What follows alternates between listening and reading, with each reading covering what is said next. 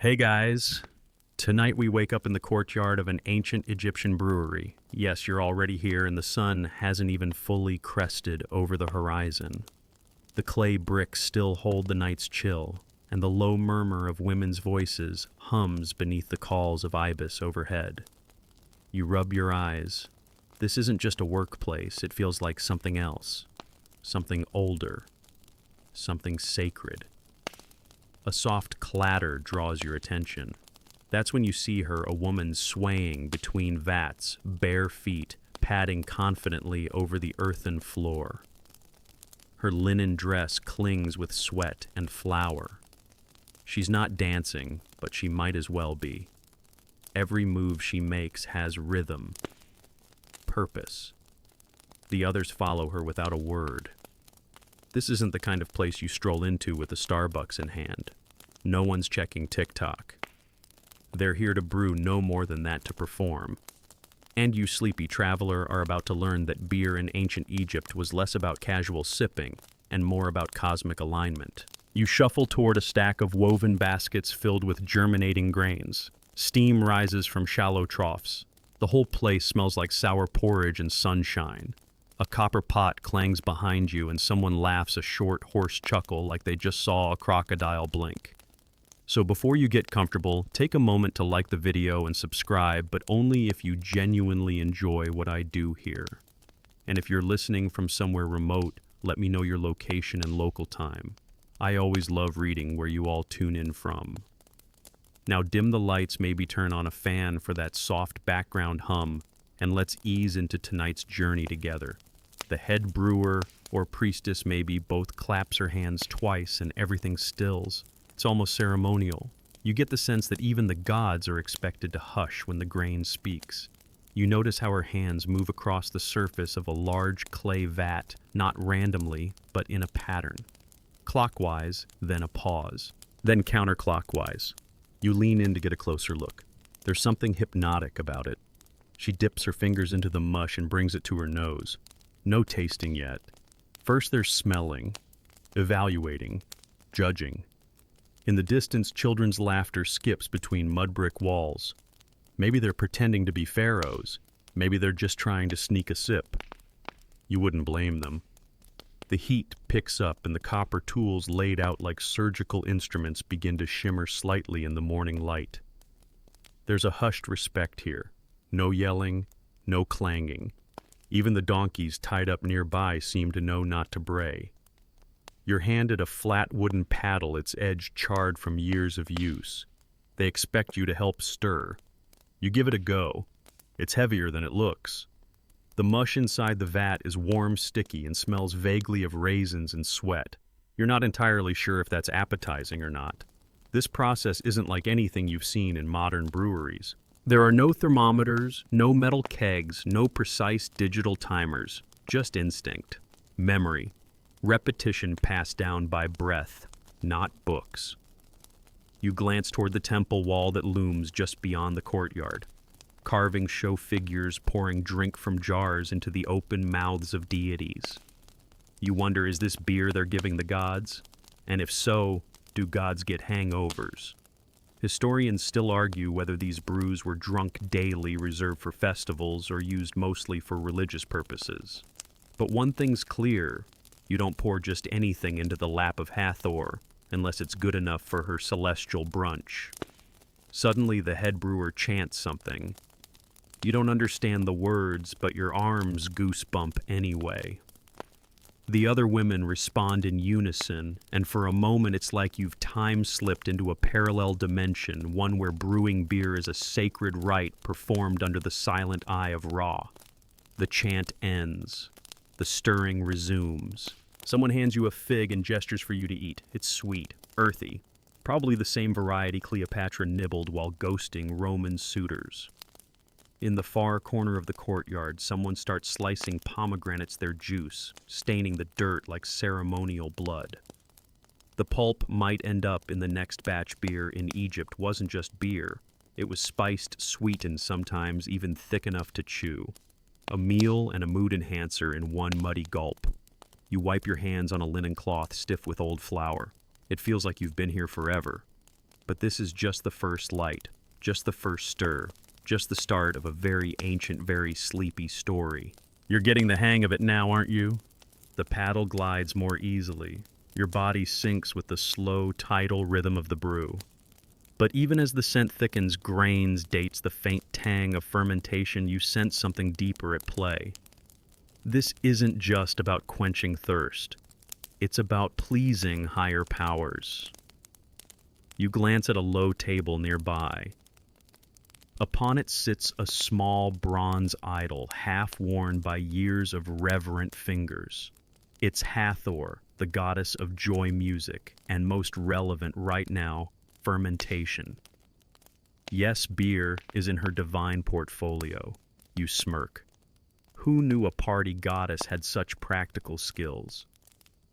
The head priestess hums a melody that's older than dynasties. It drifts upward, carried on the dust. The others echo her, and their voices swell like a tide. You feel it in your ribs, that subtle vibration of something half human, half divine. Your stirring slows. Respect now. Someone adds crushed date pulp to the vat. The sweetness wafts up, sticky and rich, clinging to your nostrils like honey and linen. Another tosses in bread bits, dense and dark from yesterday's loaves. They float like lazy islands before slowly disintegrating. The mixture bubbles faintly, a quiet fizz beneath the chorus. And you realize these women aren't merely making beer. They're invoking it. The ingredients are offerings, the process a prayer, every stir a recitation. This place isn't just brewery, it's temple. Historians still argue whether Egyptian brewing was purely spiritual or practical too. But for now, in this courtyard, thick with incense and sweat, it's both. You are standing in the overlap between survival and supplication. Outside the walls, the Nile crawls past, lazily unaware it's the lifeblood of every brew here. Water is fetched from it, but not directly. First, it rests in stone basins left to settle to calm. The brewer whispers thanks to Sobek, crocodile god of the river, not out of fear, out of protocol. Meanwhile, someone fans the fermenting mash with a reed basket, wafting out evil spirits or flies, depending on your belief system. And as the sunlight creeps higher, you notice a shift in the women's energy. They're quieter now, more focused. You sense they're reaching a point of no return in the process. You're handed a cup. It's cool, slick clay rimmed with foam. The liquid inside is murky golden brown and smells like every corner of this courtyard combined. You sip. It's odd. Sour. A little fizzy. Thick. You can almost chew it. Not bad, just unexpected. Like liquid granola mixed with orchard air. A girl giggles at your face and offers you honey to stir in. You do. Better. Not quite IPA, but you can see why it stuck around for 5,000 years. Another priestess begins marking a tablet scratches that look like birds and eyes and tiny stools. She's recording the brew's progress, or maybe it's prayer. Hard to say. Ancient Egyptian writing doesn't do punctuation. There's a murmur as a new visitor arrives, a tall woman with eyes rimmed in black coal and a bundle of blue lotus blossoms tucked behind her ear. A scribe from the temple, a priestess from another district. Either way, she's handed a cup and everyone hushes slightly. Her verdict matters. She drinks, tilts her head, and smiles. Approval. You breathe again. The head brewer claps once more. You know that sound now. The process is shifting again. Time to cover the vat. Time to let it sit. Reeds are placed across the top, forming a lattice. Cloths soaked in aromatic herbs are layered next ceiling in the brew and scenting it with lavender and myrrh. It looks almost cozy, like tucking in a godchild for a nap. You're motioned away, hands still sticky toward a shaded alcove, where bowls of lentils and dried figs await. Break time. And while you munch, you realize something profound. These women aren't brewing beer for fun. They're keeping a pact with gods, with ancestors, with the land. A promise whispered in bubbles. No hops here, no bottling plants. Just barley bread, date syrup, and reverence. And as a gentle breeze nudges the reed curtains carrying the scent of yeast and lilies, you lean back and think, you'll never look at your six-pack the same way again. You've officially become part of the brewing crew. Well, sort of. Your stirring's still a bit uneven, but no one minds. You've earned a place on the edge of the action, close enough to be trusted with the easy tasks, far enough to avoid spilling anything sacred. Not a bad gig. The woman everyone follows, the brew mistress, let's call her, signals for you. Her hands are dark with sun and malt. Her forearms bear faint burn marks, evidence of years hovering over clay vats. Her face is calm, unreadable. You shuffle over. She doesn't speak. Instead, she presses a carved wooden scoop into your hand and gestures to the grain pile. You nod, obedient. This part is simple, measure, deliver, don't mess up. As you scoop, you notice her inspecting the vat, not with tools, but with her eyes, her nose, even her ears. A hiss here, a color shift there. She reads the brew like a priest reads omens. You bring the scoopful over, but before you pour it in, she grabs your wrist. Not now, her look says. She tilts the scoop slightly and sprinkles a pinch into her palm. She smells it, tastes it. Only then does she nod. So, you add the grain. You're starting to see it now. This isn't brewing like you imagined, clean, orderly, measured. It's improvisational, sensory. Each batch is different. The ingredients shift with the river, the air, the season. Brewing here isn't just chemistry, it's divination. The other women nod your way. Approval. You haven't ruined it. You're now an extension of the ritual. She motions again, this time toward a shallow basin of water. You dip your hands in. Cool relief.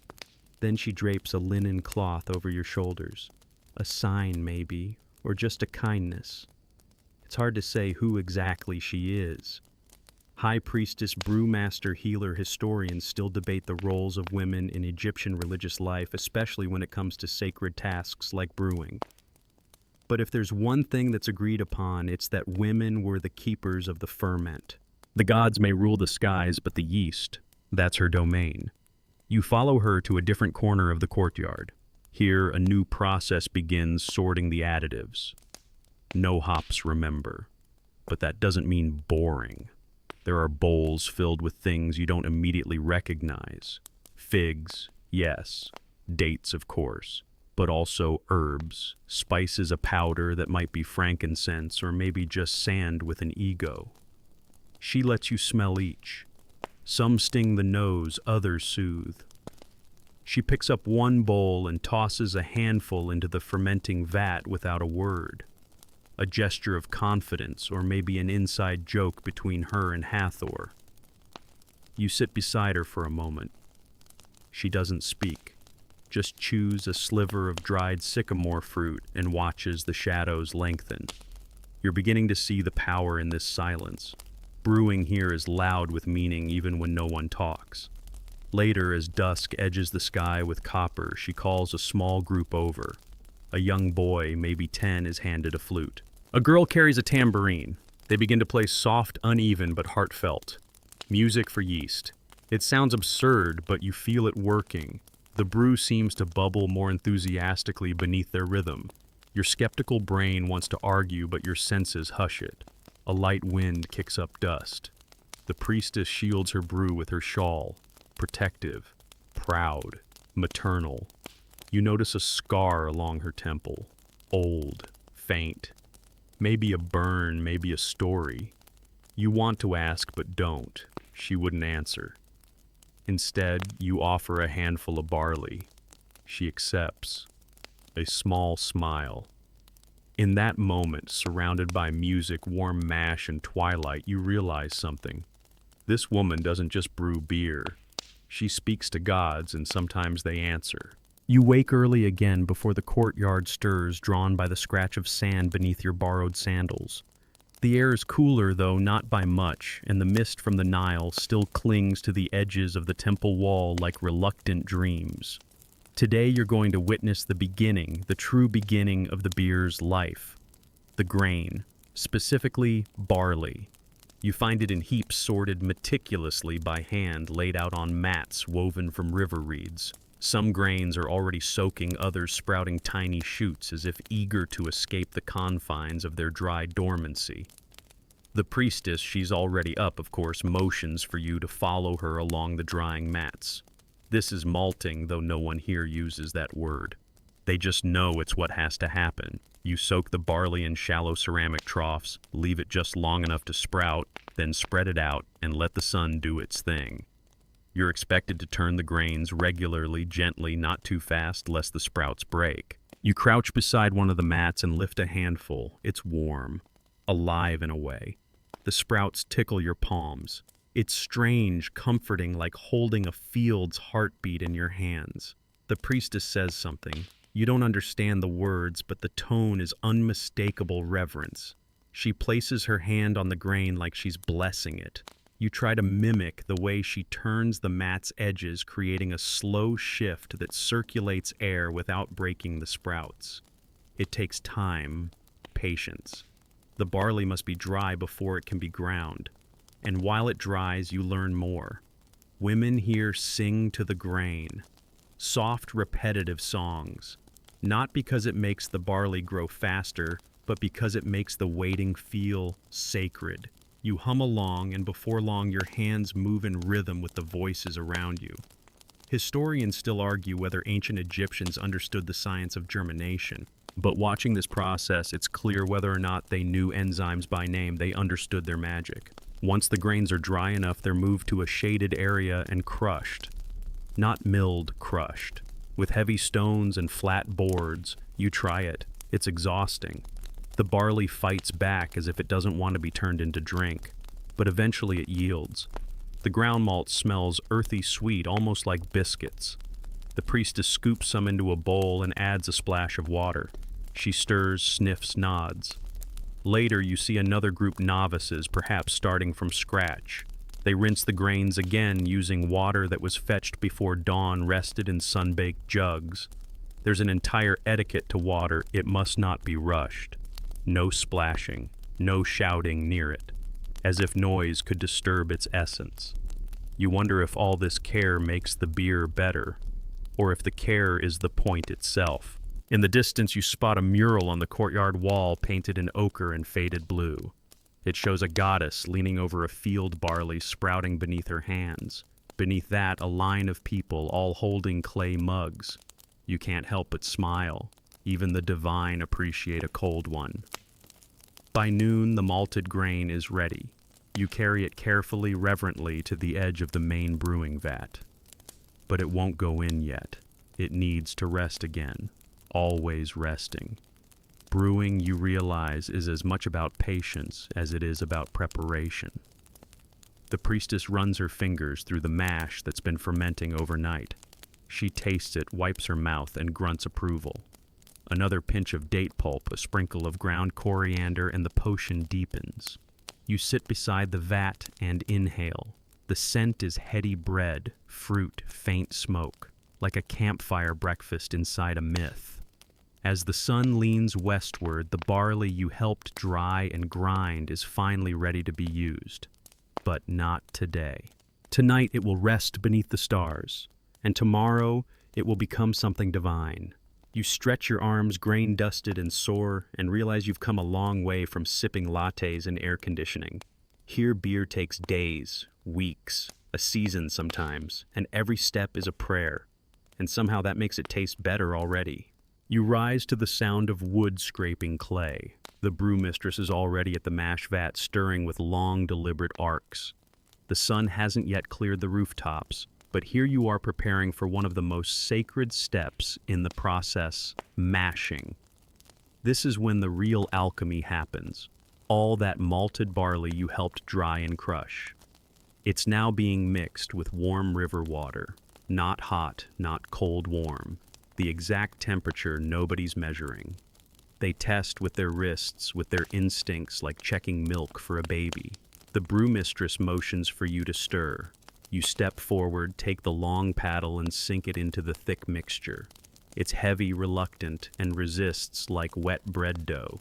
But as you move through it, the resistance softens. It becomes smoother, looser, more alive. There's a rhythm to this. One that you don't set, it sets you.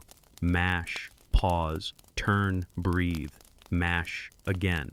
The smell intensifies. Bread dates something faintly spicy. You feel your stomach grumble, but eating now would feel almost sacrilegious.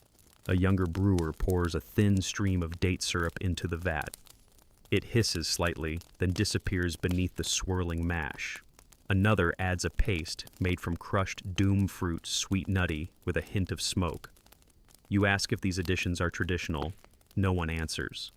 They just nod as if to say, of course, but also maybe not. That's how it works here. Historians still debate whether ancient Egyptian recipes were consistent or improvised. Some say every household had its own method. Others believe there were strict temple formulas. Watching this scene, you suspect the truth lies somewhere beautifully chaotic in between. A lull settles over the courtyard. No one speaks. The only sound is your paddle slicing through warm liquid grain. Then comes the sacred part. The brewmistress lifts a copper ladle, dips it into the mash, and pours it slowly over a carved stone figure, some forgotten deity worn and faceless. An offering. Not of finished beer, but of the process itself. A promise. A preview. She whispers something you can't hear, then pours another ladleful into the vat, back and forth, between God and grain. This isn't mashing. This is communion. You keep stirring, not because they ask, but because you want to. Something about this feels important, even if you don't fully understand it. Eventually, they pull the paddle from your hands and let the mash rest. You sit nearby, hands sticky and sore, and watch steam rise in lazy spirals. The brewmistress offers you a fig and a cup of unfiltered brew, thick, tangy, and still warm. You sip. It's better than yesterday's, or maybe you're just adjusting. A child skips by trailing a line of dried reeds. She sings a song about crocodiles stealing beer from gods. It's catchy, oddly specific, and weirdly plausible. One of the older brewers chuckles. Happens every year, she mutters in a voice like sandpaper. You help cover the vat with a woven lid. It must rest now, cool, slightly thicken. The air grows still. Later, as you help carry tools to a shaded corner, you spot a papyrus scroll tucked in a jar. It's too brittle to touch, but the drawings are unmistakable women stirring vats, priests offering jars, and a god with a lotus in one hand and a mug in the other. Beer here isn't just sustenance, it's identity, memory, a connection across centuries. And as the day fades into amber light, you sit quietly by the wall, staring at the covered mash, and wonder what the gods think of your technique. Maybe they're amused, maybe they're thirsty. The vat has cooled, the mash has thickened.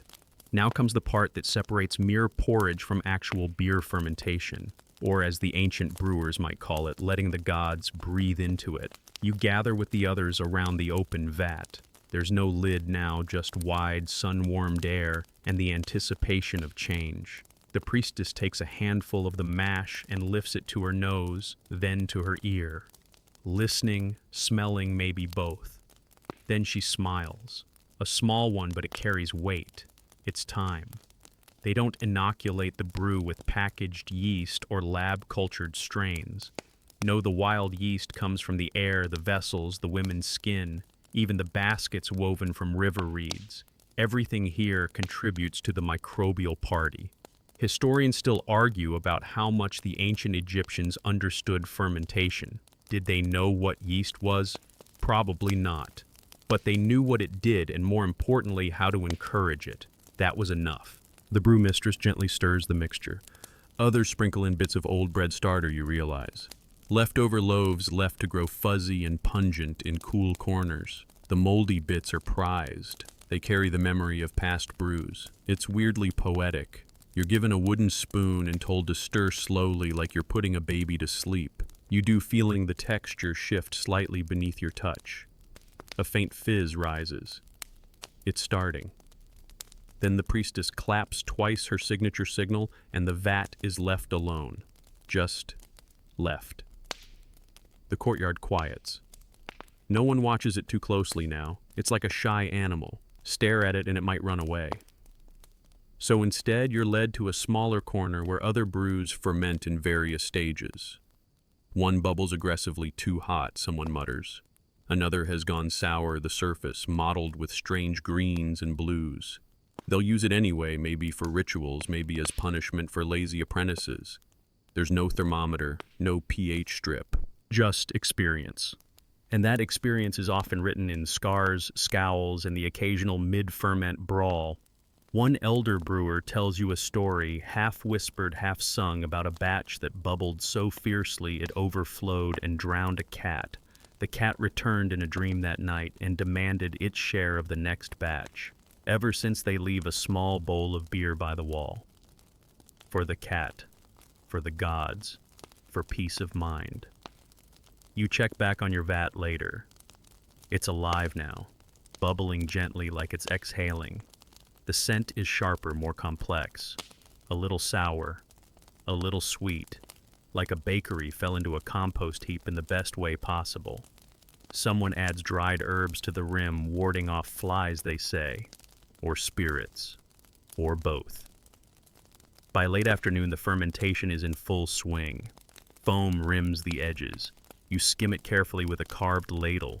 This froth is used for baking or sometimes burned as an offering. It smells powerful, almost sacred. You glance around and realize no one looks bored. No one checks out. Everyone is here fully, stirring, watching, waiting. You wonder if this kind of presence is what modern life's missing. A novice brings you a bowl. It's warm. Not quite soup, not quite beer. Just almost. You sip. Still not your favorite taste. But it's growing on you. And you realize this stage, the waiting, the bubbling, the gentle hiss of something unseen transforming grain into drink is maybe the most magical of all. Because it's not just beer being made, it's trust, in time, in air, in things you can't see but that always show up right on schedule. You're starting to recognize the phases of the brew by scent alone now. The fermentation's middle act smells like warm stone fruit wrapped in sourdough and left under a linen cloth to dream. You breathe it in as the foam thickens, rising like meringue, collapsing in gentle sighs. This batch is different. You're told they added crushed figs and wildflower honey, a celebratory mix. Maybe someone in the village just had a child. Maybe someone died. Sometimes the brew marks both. Welcome and farewell in the same cup. Someone hands you a shallow reed scoop and gestures toward the surface. You're skimming again, removing the bigger chunks of bread and herb, the parts that serve their purpose. The scoop glides like a canoe across a sleepy lake. Then a bee lands on your arm. You freeze. It doesn't sting, just waits. Watching, tasting. You remember what someone said yesterday, bees know the good brews. You take it as a compliment. Others drift in and out of the courtyard. Now temple workers, hungry boys, an elderly man with no teeth and too many opinions. Everyone comes to smell, to gossip, to wait. The brewmistress stirs from a distance, barely touching the vat. Her movements are slow now, ceremonial. You can almost hear her thoughts, steady quiet, full of years. Later, you sit beside a novice who's adding figs to another batch. She tells you the fruit is sometimes fermented separately and then blended in like mixing stories, she says. Some tart, some sweet. You think about that. How each brew is a layered tale of days' decisions, weather, and wild yeast. A journal written in bubbles. Someone uncovers another vessel, smaller, darker, half full of something black as molasses. Date wine or beer gone strange. You lean in. It smells dense, burnt sugar and mud brick. The brewmistress sniffs it and grunts. For the gods only, she says, and you believe her.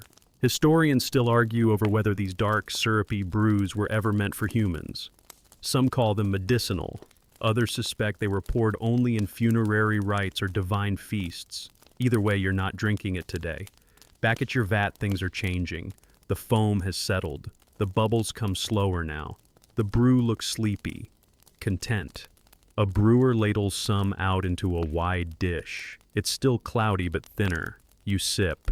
It's bright tart and oddly familiar, like biting into sour plum bread while sitting in the sun too long. Good, the brewmistress mutters, almost surprised. You did well. You grin like a schoolchild. She gestures to another vat.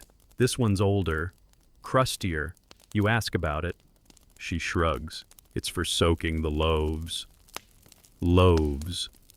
She leads you to a side room where yesterday's bread-dense, half-baked barley loaves rests in stacks. They're dry, dark pock-marked.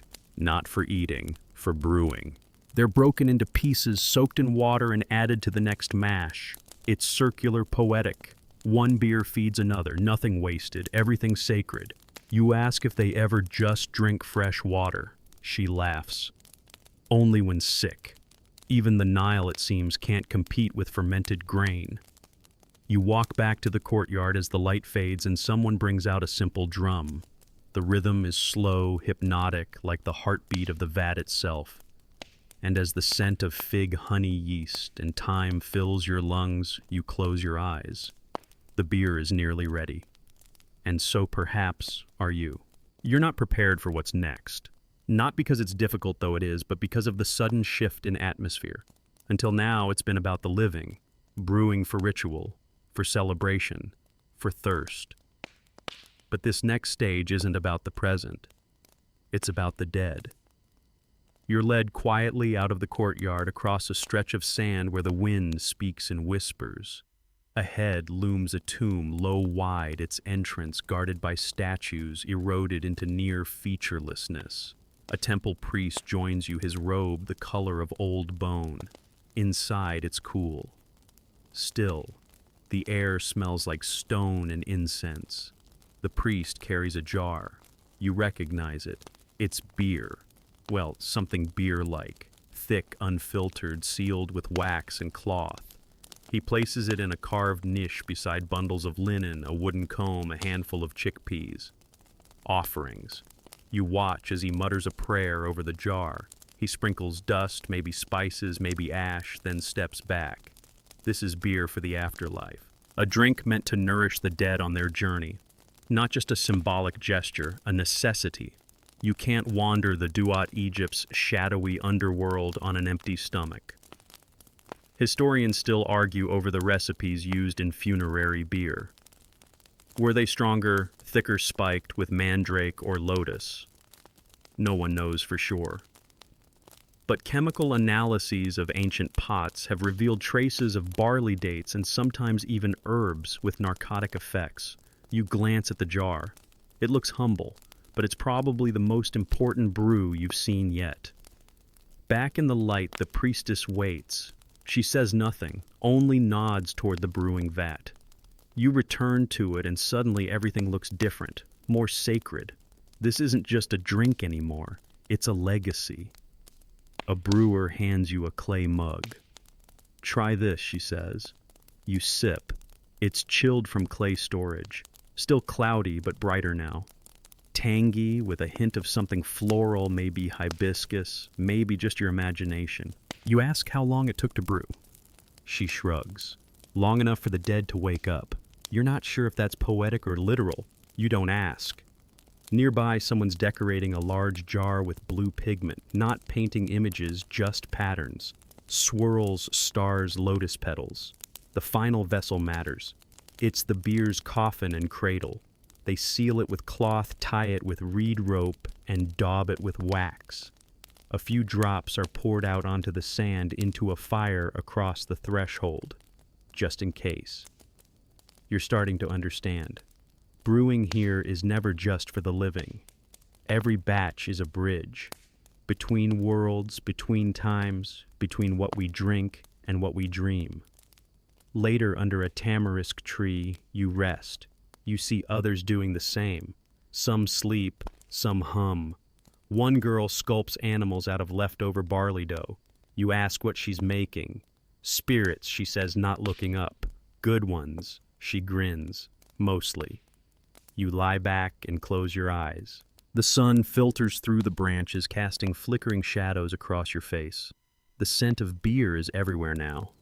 In your clothes, your hands, your thoughts, and somewhere beneath a mound of sand and carved stone, a dead noble stirs, smiles, and drinks. Because you made that possible.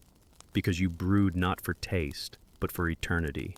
The courtyard is buzzing when you return, not with noise Egyptian brewers rarely shout, but with movement like ants organizing after a rain. There's a sense of purpose in the air. Today isn't just another brew day, it's ledger day. Yes, even in ancient Egypt someone had to keep records. You're handed a narrow wooden tablet coated in a thin film of wax. A novice gives you a stylus and gestures toward a row of clay jars. Count them, she says. You do. Slowly. Each one contains beer in a different state, fermenting, resting, finished. Some are marked with signs you can't read, wavy lines, little birds, pairs of legs walking in opposite directions. It's beautiful and confusing and extremely bureaucratic. You ask who drinks all this beer. She laughs. Everyone, she says, but especially the temple. You follow her inside past curtained thresholds and low-ceilinged rooms. Shelves sag beneath clay pots. A scribe sits cross-legged, scratching records onto papyrus, muttering under his breath. You hear him say barley yield and tribute owed and Hathor's portion. Temple beer isn't just sacred, it's taxable. Historians still debate how centralized brewing was in ancient Egypt. Were most brewers temple-affiliated? Or did private citizens make their own and tie the portion? This scribe doesn't care. He just wants the numbers to add up. You return to the courtyard and spot a group of men carrying beer jars onto a reed barge. Destination unknown. Maybe the fields, maybe the palace, maybe a tomb. Beer is currency. Beer is offering. Beer is bribe. One of the men waves at you. You stirred the big batch, right? He asks. You nod. Then you're owed a cup. He grins, handing you a fresh brew. This one is cooler, thinner, and more familiar. Slightly bitter, surprisingly crisp. Like a wheat ale kissed by river mist. You drink it under a palm tree, thinking how far you've come from instant coffee in glass bottles. Later, you help stack dried loaves in a basket. They'll be used in tomorrow's brew. But first, the head brewer inspects them. She checks for weight, dryness, evenness of bake. You watch her reject one with a crack down the side. She breaks it open, sniffs, and tosses it to a goat tied near the gate. Too dry, she mutters. Too fast. Patience is everything here. You help seal a large jar with a plaster-like paste made from crushed limestone and river clay. It dries fast in the sun, locking the beer and keeping the world out. You carve a mark into the side. Your mark, just a line and a dot. But it means something now. That jar will be carried downstream. You might never see it again. But someone somewhere will drink what you helped make. And they'll taste it, the courtyard, the fig pulp, the slow ferment, the songs. Maybe even your hesitation in stirring. Maybe even your awe. You smile, you helped fill a record and a life. You wake to the sound of laughter. A group has gathered around a mural near the gate, tracing fingers over old paint and offering loud interpretations. They're arguing not angrily, more like siblings who've had too much sun. You join them. The image is simple. A goddess holds a jug. Beneath her feet are jars, loaves, and a bunch of grapes that look suspiciously like a mistake. Above her head, the sun disk glows bright, flanked by cow horns. It's Hathor. Everyone agrees on that part. But what she's doing, that's the debate. Some say she's blessing the harvest. Others say she's dancing. One elder says she's drunk. The brewmistress just smiles and walks away. You linger, staring at the jug in Hathor's hands. Is it just a vessel? Or is it sacred symbolic? Real historians still argue whether beer in these murals was purely metaphoric or actually described daily practices. Was it divine offering or just lunch? You walk away head full of questions. Back in the courtyard, someone's tapping jars. Not like a drum, more like checking for fullness. The sound changes depending on how much beer remains. You try it. Hollow jar, dull thud. Full jar, deep wet thunk. You smile. Ancient sonar. The priestess calls you over. Today you're helping with labeling. Not writing your hieroglyphs are still terrible, but applying reed tags. Each tag is dipped in ink made from soot and pomegranate skin, then tied to the jar's neck. Some jars are marked with the name of the temple. Others bear the brewer's name. A few simply say, "For Hathor." You pause at one jar with an unusually ornate tag. It has a blue bead woven in. That one, someone whispers, is for the Festival of Drunkenness. Ah, yes, you've heard of it. Once a year, the people would gather to honor Hathor with excessive joy, singing, dancing, and of course, drinking. It was partly celebration, partly ritual reenactment of a time when Hathor almost destroyed humanity and had to be tricked into stopping, with beer dyed red to look like blood. Classic. You help load that special jar into a padded basket. It will be carried to the temple courtyard tomorrow, shared among dancers, poured on the ground, lifted to the sky. You wonder what Hathor thinks of the modern world: quiet offices, dry laws, people who drink alone. You suspect she'd be unimpressed. You're handed a sip of the festival brew. It's spiced, stronger, laced with something floral and sneaky. It hits you faster than expected. You sit down. The courtyard swims gently. A girl hands you a wreath of dried lotus petals. You wear it because why not? You watch the brewmistress sway slightly to the rhythm of footfalls on clay. She's not dancing, not exactly, just moving with the beer. You realize the mural was right. She is dancing, and so maybe is Hathor. The next morning you follow a procession down to the Nile. It's not ceremonial, at least not formally, but there's still a rhythm to it. Steps, crunching sand jars, sloshing ropes, creaking over shoulders. You're bringing beer to the riverbank. Not for the gods this time, for the people. You settle under a palm tree and watch. Women carry jugs to men working the fields. Children rush up for sips. Even the animals seem to know the scent: donkeys sniffing at baskets, goats bleating hopefully. You're handed a mug and sit with a group of workers resting under woven canopies. The beer is thinner today, chilled by wet clay with hints of lemony herbs. You ask what's in it. They shrug. Depends on what's growing. That seems to be the rule for everything here. You spot a reed mat laid out with food onions, lentils, dried fish. A young girl dips a flat cake in beer and eats it with reverence. You try the same. It's strange, soft, delicious. Historians still debate whether beer was considered a meal. Some argue it was liquid bread packed with calories and nutrients. Others say that's an exaggeration, that it was a supplement, not a substitute. Watching this scene, you're inclined to believe both. Later, a man shows you how to cool beer by submerging the jug in the shallows, weighed down with a rock. He calls it river chilling and laughs like he's sharing an invention. You ask if they ever drink wine. He snorts. That's for nobles, for people with clean fingers. You glance at your hands, grain-stained, clay-dried, perfectly acceptable for beer. You spend the afternoon ferrying jars to and from the water, refilling cups, listening to jokes you don't understand. You learn the gestures, though, the tilt of a jug, the clap before pouring the sign for "don't drink the last inch." You also learn not all beer is equal. One jug makes people smile. Another makes them grimace. One batch is frothy and sweet. Another flat and bitter. You ask why. Wind change, someone says. Or the moon, of course. You spot the brewmistress near the edge of the field pouring a small libation into the earth. You ask why. She shrugs. So the wheat remembers. That evening you sit with her as the workers drift home. You drink a final cup, watching the Nile shimmer in the fading light. She tells you that beer doesn't just hydrate, it connects. To land, to time, to each other. You think of the jars sealed in tombs, the offerings on altars, the child with fig dough animals, the foam skimmed like prayer, and the drink in your hand warm now but still alive with meaning. This is no ordinary beverage. This is something old and eternal. You wake up to murmurs about a spoiled batch. The courtyard's quieter than usual, no laughter, no music. Just the tense silence of a community holding its breath. You follow the hushed trail to the rear vat. The foam's gone gray.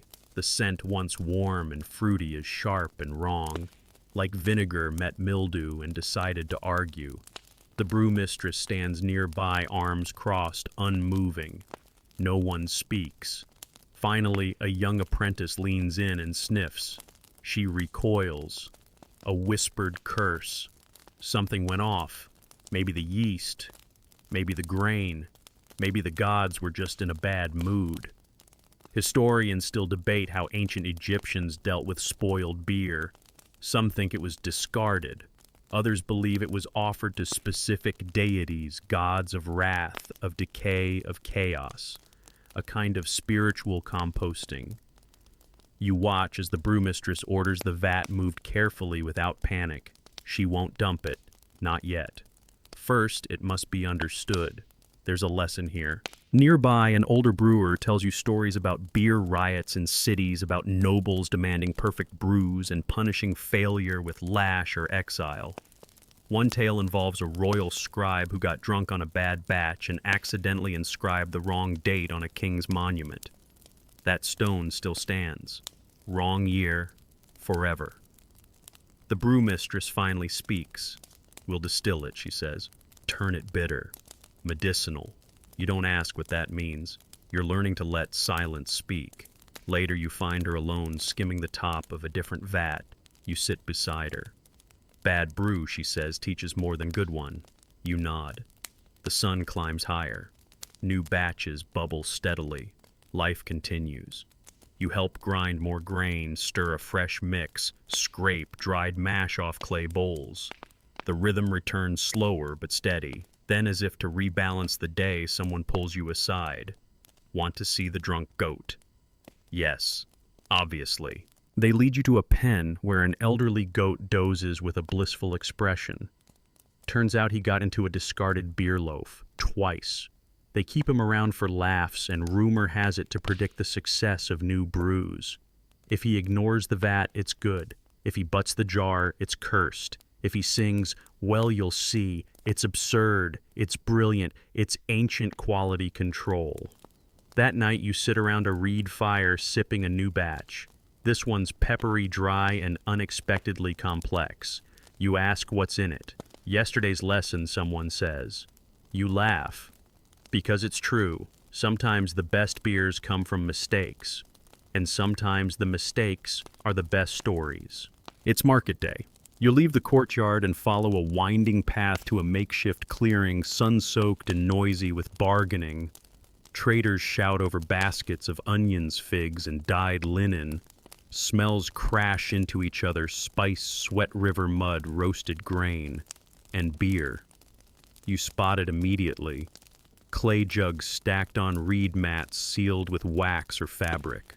Some are simple, others painted with lotus motifs or crowned with braided cord. They stand proudly among the produce, Egypt's favorite beverage, ready for trade. A man waves you over. You helped brew that one, he says, pointing to a pot with a crooked neck. You don't remember that specific batch, but you nod anyway. It's nice to be recognized. He pours a sample into a shallow cup. For taste testing, he winks. You sip. It's sharp lemony with a sour kick. Not your favorite, but he seems proud, so you smile. He nods like you just awarded him a gold medal. Nearby, another merchant complains. Too gritty, he says. Tastes like chewing sand. The brewer shrugs. Drink slower. Historians still argue how much beer Egyptians sold commercially versus bartered or gifted. But the market vibe is clear.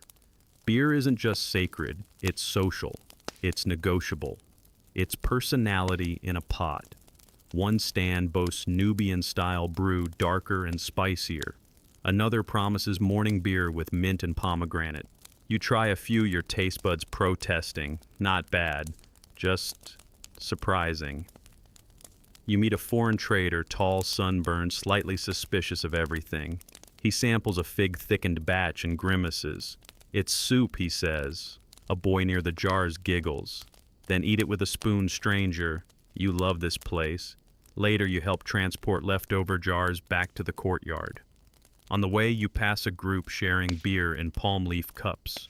Their mid-song a lilting melody about a river spirit who steals dates. You catch a line about sour beer and broken hearts. Apparently, heartbreak in ancient Egypt tastes like over-fermented barley. You ask the brewmistress if beer ever caused real trouble. She nods slowly. One time too strong, one time too little. Always blame the beer. You laugh. Some things never change. Back in the courtyard, a delivery arrives. Wildflower petals, ginger root, and a pale pink salt. Someone has plans for a new blend. You ask if it'll be for trade or temple. Neither, says the apprentice. It's for fun. You help prep the mash, adding ingredients by touch and scent. There's no recipe, just instinct, curiosity, play. By sunset, the experimental vat is sealed and left to ferment. You label it with a reed tag. Name of the brew. Maybe you smile.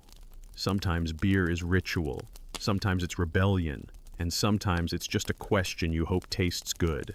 The courtyard is quieter now. The brewmistress has retreated to her shaded corner. Most of the vats are sealed. Only a few bubbles rise. You stretch out near the wall, clay cup in hand, and reflect. You ask the apprentice sitting beside you, "How long have they been brewing like this?" She thinks for a moment. "Always," she says. "Before writing, before kings, before sandals, maybe." A slight exaggeration, but not by much. Archaeologists have uncovered brewing sites dating back over 5,000 years. Some argue beer came before bread. Others argue beer was bread, just wetter. Either way, it's old and deeply woven into the Egyptian identity. You sip. Today's batch is smoother, more balanced. Cooling clay, subtle fruit, faint spice. You've grown used to the chewiness. You even like it. Someone nearby grinds barley using a new technique. Vertical stone flat roller. You ask why. Less dust, they explain. Old woman's idea. It works. You see echoes of these methods in other places. Sudanese kisra, Ethiopian tala, even your boxed cereal back home. Grains, softened, fermented, flavored. The base is ancient, the variations endless. Historians still debate how Egyptian brewing influenced the broader Mediterranean world. Was it adopted, adapted, or reinvented? The answer's likely yes. A trader tells you about a Greek visitor who tried Egyptian beer, once got sick, and went back to wine forever. Coward, someone mutters. Later, the courtyard hosts a gathering. Not a feast, more of a tasting. Small bowls, shared sips, quiet nods. You help serve. You watch faces. Some light up. Some squint. One man cries. "Tastes like my grandmother's voice," he says. No one laughs. The brewmistress offers you a seat beside her. She hands you a mug, warm, fragrant, familiar. "This," she says, "is from your first batch." You blink. It survived. She nods. You sip. And you remember. The grainy weight. The clumsy stir. The smell of fig and burnt wood. It's good. Really good. You glance around. There are no tourists, no cameras, just people, air, fire, and grain, and you drinking something born from your hands and their wisdom. You ask if you'll be allowed to help again. She smiles. You never left. The courtyard is winding down, not ending, just softening. The pots are scrubbed, the loaves stacked, the grain covered for tomorrow. You sit in the doorway, back against warm stone, the scent of yeast still in your hair. You've watched this whole cycle now, from seed to sprout, from mash to mug. You've stirred, skimmed, sealed. You've spilled, laughed, and nearly tripped on a goat. You've seen beer offered to gods, to ghosts, to the Nile, and to friends, and somehow that last one feels the most sacred. You sip slowly from your final cup. It's a blend sweet from figs dry from overbaked loaves sharp from time. The brewmistress calls it harvest mouth. You ask if that's poetic or descriptive. She says both. Around you people settle in. Someone plays a flute with 3 notes.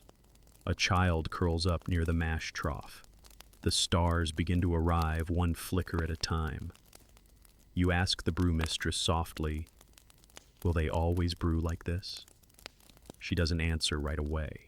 Then, as long as the river runs, you close your eyes and lean back. The stone is warm behind you. Your feet are dusty, your hands are tired, but your chest is full. And as the wind stirs the reeds outside, the brewmistress hums the song you first heard days ago.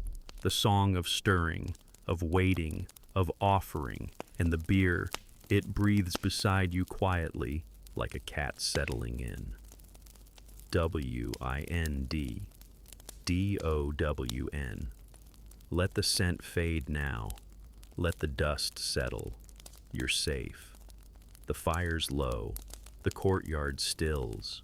The night wraps around you like linen, soft, worn with the faint perfume of barley and stars.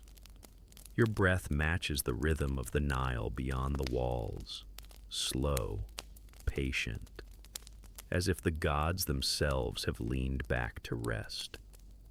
And if you listen closely, you can still hear the bubbling, still feel the warmth of the clay jar beside you, still taste the honey on your tongue. You've been part of something timeless. You brewed with the ancients. You drank with ghosts. You slept beside gods. Good night.